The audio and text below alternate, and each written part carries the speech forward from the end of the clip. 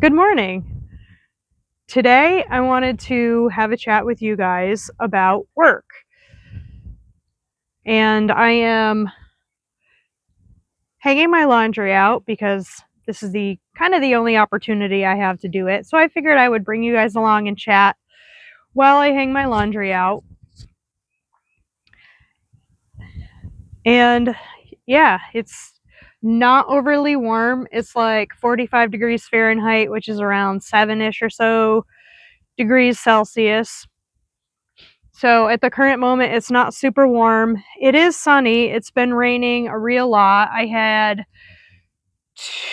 I want to say around 3 inches total over the course of the last week. Today is a Sunday, so from last Sunday all the way to yesterday, there was a little over 3 inches of rain over the total of the week. So we are kind of in monsoon season now, and I'm hoping that we can have a nice warm spring because it's really discouraging to not be able to do my gardening. And the sun actually feels really warm on my back, so that's really nice, but the breeze keeps the warmness away. So anyway, my name is Jen, and this is views from my backyard, and we'll do a back porch chat while I do laundry, and we're going to talk about work, or wage slavery, as a lot of people like to call it. So, everybody needs to work, right?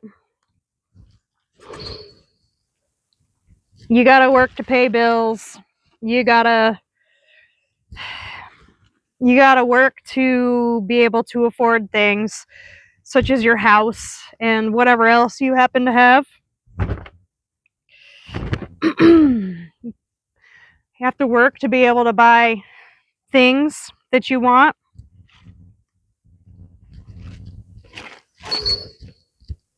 I feel like society and perhaps the older generation really put a strong focus on work and people that want to drive to work, ambition for work. You hear a lot these days, nobody wants to work anymore. And a lot of it is directed at the younger generation.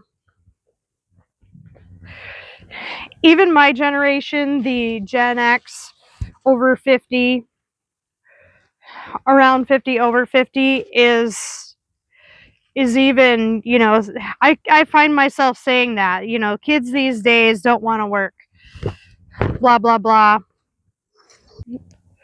But the more I think about it, I really don't want to work either. You had COVID, and now it feels like everybody has just resigned from work one way or another. Be it that all the boomers decided they were going to retire,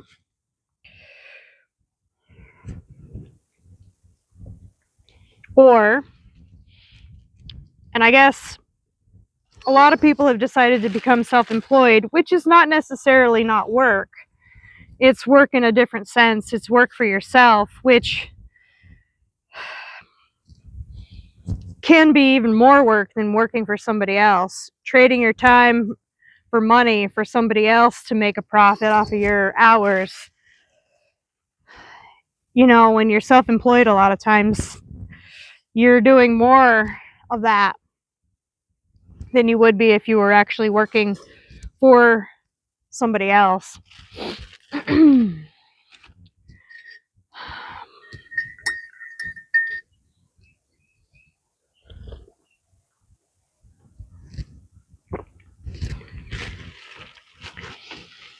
The older I get, the less I want to hustle. And I would say since I've been 50, but I think it was probably before I was 50. During COVID,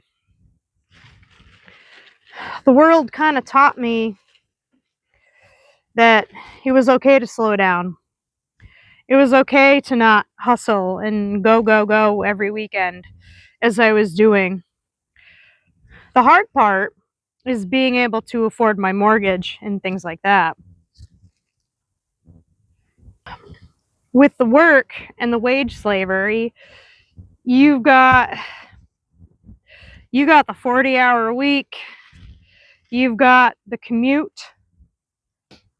The commute plays a pretty big factor in the work. I guess if you work from home, that's got its disadvantages in itself, but at least you wouldn't have that wasted however long your commute would be. It's been pretty tough since I've been with the job that I've been at now.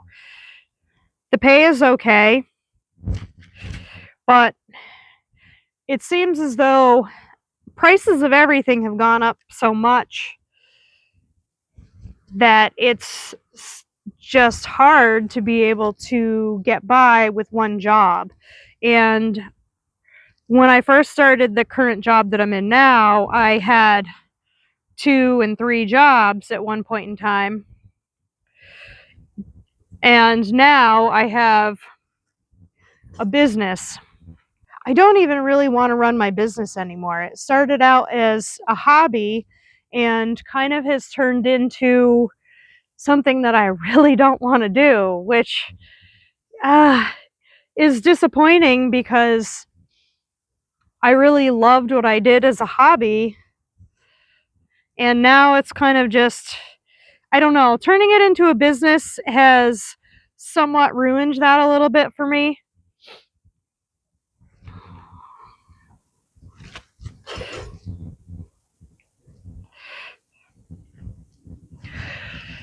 So I guess the question is, what do you do? Does living frugally and trying to save more money, does that actually work? And, how do you go about doing that? I don't have all the answers to that. I've kind of always lived frugally forever, but there was a time where I was going and going and going every single weekend to stuff, and I'm still trying to pay for that.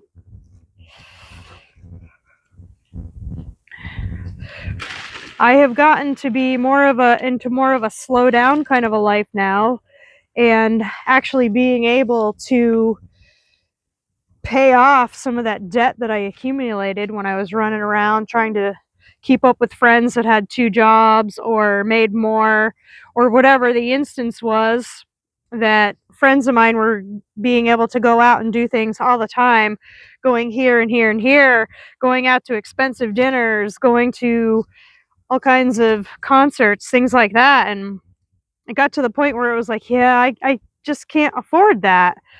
How many jobs do I need to work to do that? I do have a friend that does work 2 or 3 jobs so that she can do that, and that's what she wants to do. That's her right.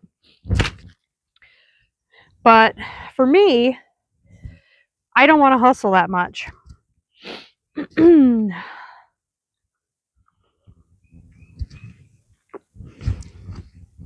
So I've always kind of been good with budgeting until I kind of fell off the wagon with that, to which I've gotten back on the wagon. I think to try to figure out what your actual spending is and maybe try to get out of wage slavery a little bit is it's important to try to budget and actually keep track of how much money you have coming in and how much money is actually going out. I guess budgeting would be specifically saying I'm going to spend this much on this much on this much on this. I guess I should say I'm tracking my expenses and my income better. And while I do that, I can look at it and say, okay, I want to try to reduce the amount of money I'm spending on gasoline or groceries or whatever else I happen to buy. You know, if I buy a bunch of gardening supplies, you know, how much do I want to spend a month on gardening supplies? Knowing that my salary is kind of the same every week, every month, then I can easily have an idea of how much income I'm going to have coming in. I know what kind of things that I'm going to have to pay for, such as fuel for the house or firewood, things like that. I know how much that stuff's going to cost. So those are easier to budget for. But anyways, yeah, I've been tracking, I've been doing an Excel spreadsheet and tracking all of my expenses. So budgeting, that seems to help me. It at least makes me aware of how much money I'm spending on things, and it doesn't get out of control when the Visa bill comes and I say, "Oh my God, what did I spend on?" I have a spreadsheet that tells me exactly how much income came in and how much I spent on every single thing. So that does help.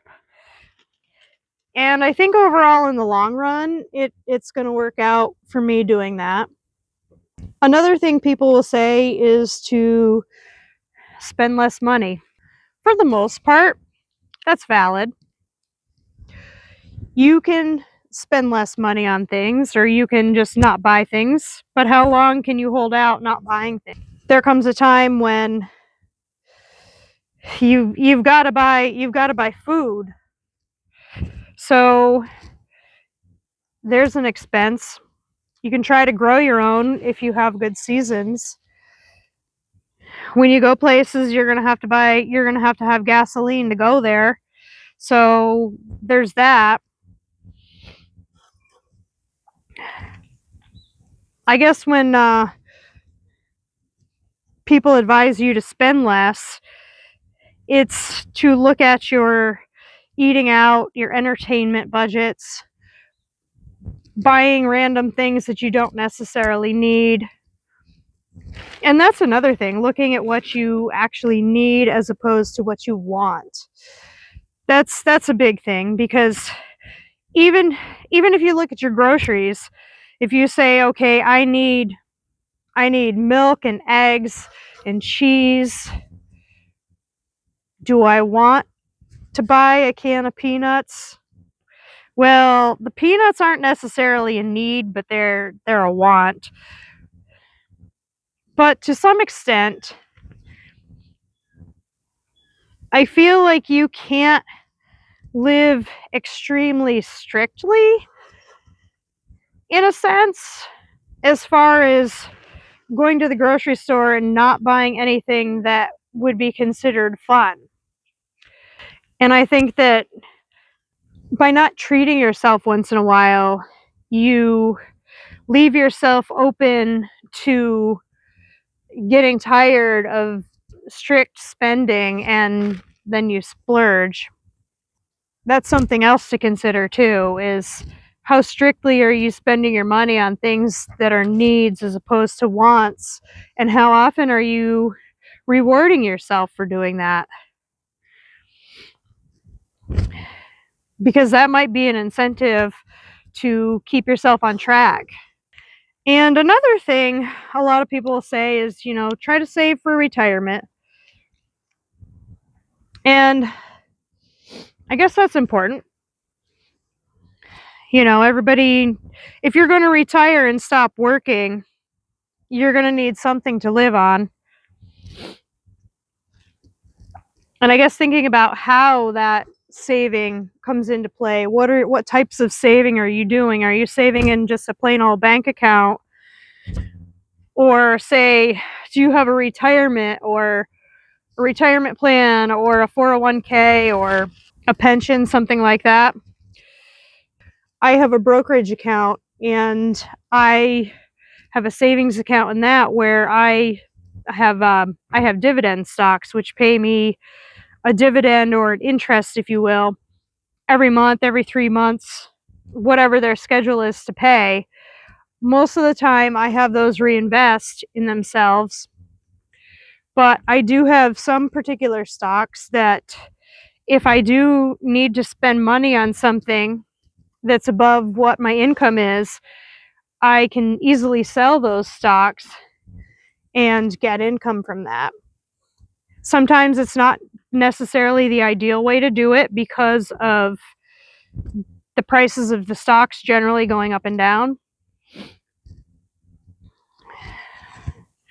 So that might be one way of trying to save money, because the interest rate that you're going to be getting in a brokerage, even if your brokerage has a general account, you might be able to get quite a bit more as far as interest than you can on a regular bank account. Now let's talk about FIRE. FIRE is something that I've recently been hearing a lot about, which is financial independence, retire early. So is FIRE feasible for people that are over 50? If you try to start FIRE when you're over 50, can you really accomplish that? I'm not sure that I have the answer to that because I haven't achieved it yet. I'm hoping to retire before I hit 65. That's my goal. But also you have to look at what type of income are you going to have? How are you going to pay your bills? How are you going to live? If you have no income, how long can you live on whatever you've saved or created through FIRE?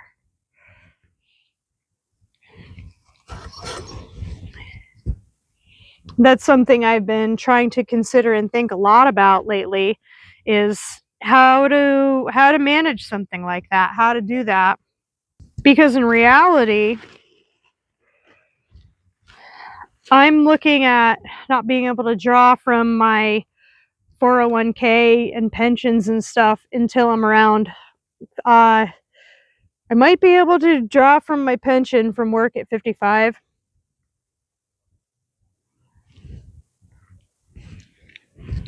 But I believe the other sources of income that I have, I don't think I can draw from them until I'm 59.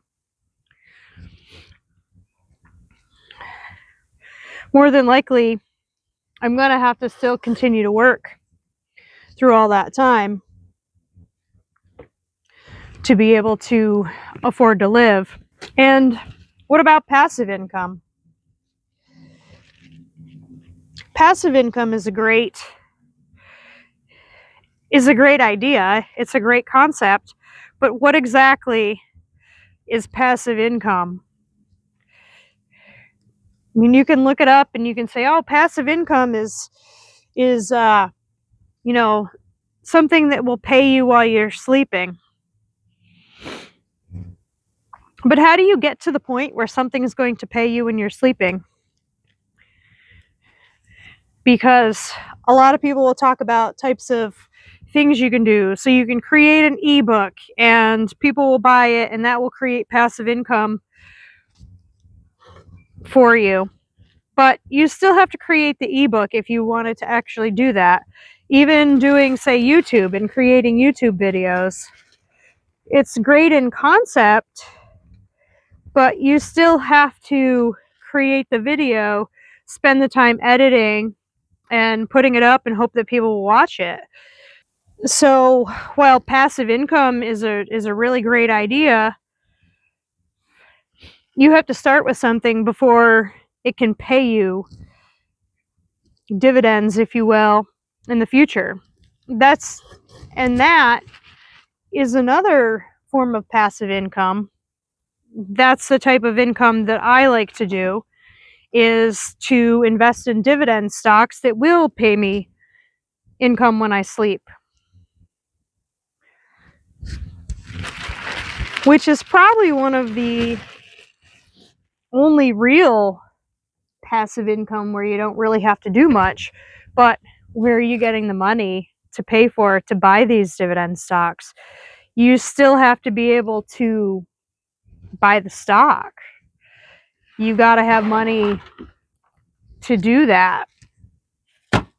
So you have to start with something, regardless of whether your dividends are going to pay you while you're sleeping or not. My dividends are paying me while I'm sleeping, but I had to purchase them to be able to do that. And I also have to have enough of them and keep them in there for them to continuously grow and create more dividend stocks and create more money. If you don't know about the concept of dividend stocks, I would encourage you to look up how that works and how easy it is to get into it.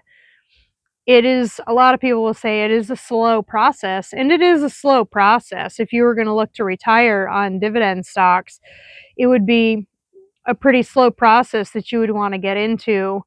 But even at an older age, I think you can still take advantage of that. So that is the concept with dividend stocks. I wish there was a way to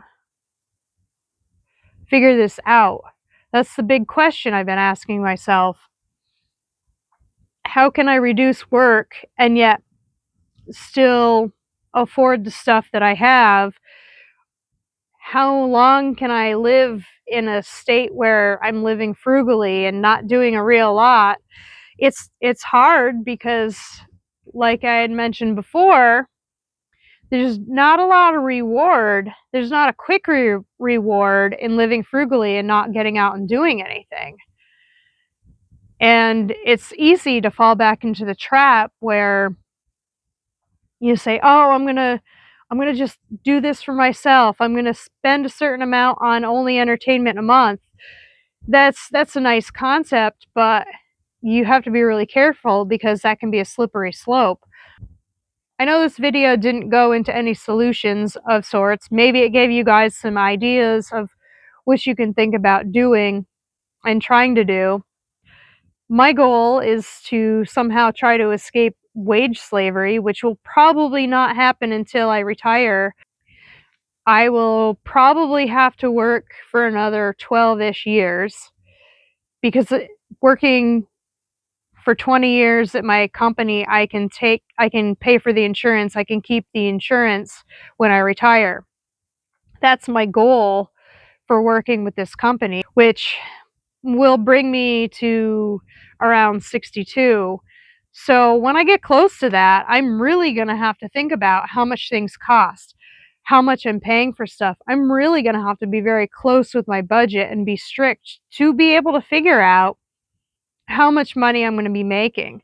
Because once I hit 62, I'll be able to draw from my retirements, I'll be able to draw from my pension. Social Security, I'm not going to bank on that being available, whether it is or not. That's going to just be an extra bonus, I guess, if Social Security is still available, but I'm not planning on it. But once I get closer to retirement, I've definitely got to look at what I have in my retirement funds, in my regular and my Roth IRAs, and see how much dividend I'm getting per year in those accounts, and is that going to be enough to supplement what I'm going to be getting from my pension from work? And on top of that, is there anything else that I can do to supplement? So say I could go to a part-time job, would that be enough to supplement? But anyways, I've blabbed enough, I think, for today. I'm getting a little cold, so it's time to get in. I thank you guys for watching. Please like and subscribe if you want to see more content like this. My name is Jen, and this is Views from My Backyard. I will see you next time, and have a great week.